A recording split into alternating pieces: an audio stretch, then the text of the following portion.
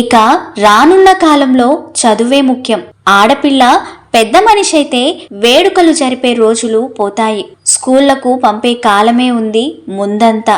మీరు కూడా వేడుక జరగలేదనే దిగులును వదిలి పాపను స్కూలుకు పంపండి అంటూ హితవచనాలు చెప్పి స్వాంత్వన పరిచింది. అప్పటి నుంచి విధి వంచితాననుకుంటూ నేను పువ్వులు బొట్టు పెట్టుకోవడం మానేశాను. అమ్మ కూడా వాటిని నా గురించి పెట్టుకోవడం మానేసింది. అమ్మ పుణ్యశ్రీ అయ్యుండి నా కోసం మానేసిందంటే బాధగా ఉండేది. నా బాధ తెలిసిన రామస్వామి గారు సాంఘిక దురాచారాలను ఎత్తి చూపే పుస్తకాలను చదవమని ఇచ్చేవారు. ఆయన ప్రోత్సాహంతోనే నా తమ్ముడు విద్యార్థి సంఘంలో చేరాడు. మా అమ్మకు అనుకూలంగా మాట్లాడేవాడు. మా నాన్నకు నేనన్నా నా తమ్ముడన్నా చాలా ఇష్టం. మాకిష్టమైన వాటిని డబ్బుకు లెక్క చేయకుండా కొని ఇచ్చేవారు. నా పెళ్లి జరిగితే మా తమ్ముడికి ఊరు వాళ్ళు పిల్లనివ్వరనే భయంతో మా తమ్ముడి పెళ్లి జరిగిన తరువాతే నా వివాహం జరిపించాలనే నిర్ణయానికి వచ్చింది మా అమ్మ.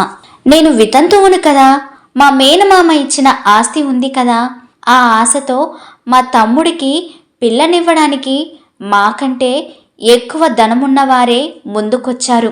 వచ్చిన సంబంధాల్లో మా తాతకు దగ్గర బంధువుల పిల్లను ఎన్నుకొని మా అంతస్తుకు తగ్గట్లుగా 5 రోజుల పెళ్లి జరిపించాము. అలా 16 ఏళ్ల వయసులో మా తమ్ముడికి పెళ్లి జరిగింది. ఇప్పుడు మరో సమస్య. ఇప్పుడు నాకు పెళ్లి జరిగితే బంధువులు వస్తారా? నా ఆస్తి కోసం మా తమ్ముడికి పిల్లనిచ్చిన వారికి కోపం రాదా?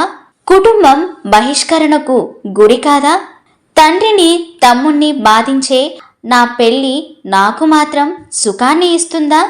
ఎన్నో ప్రశ్నలు నా మనసులో. పెళ్లి చేసుకుని తండ్రిని నొప్పించలేనని రామస్వామి గారితో చెప్పాలనిపించేది.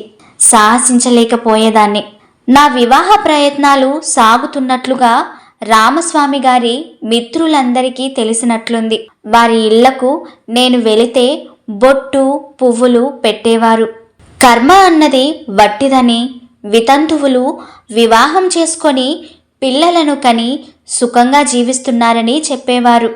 బిఐడి టీచరు రామబ్రహ్మం గారికి వితంతువైన తులసమ్మ గారితో వివాహం జరిగిందని, వారికి దోసపల్లలాంటి 2 పిల్లలు పుట్టారని చెప్పడమే కాకుండా నన్ను వారింటికి విందుకు పిలిచారు. ఎత్తుకోమని వారి పిల్లలను ఇచ్చారు. కాబోయే పెళ్లి కూతురని నాకు బొట్టు పెట్టి గాజులు ఇచ్చారు.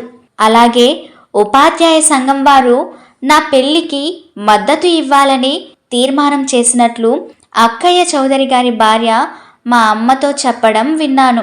మా నాన్నగారు కూడా విన్నారు. మనసు మార్చుకున్నట్లున్నారు. మరునాడు రామస్వామి గారి వద్దకు వెళ్ళారు.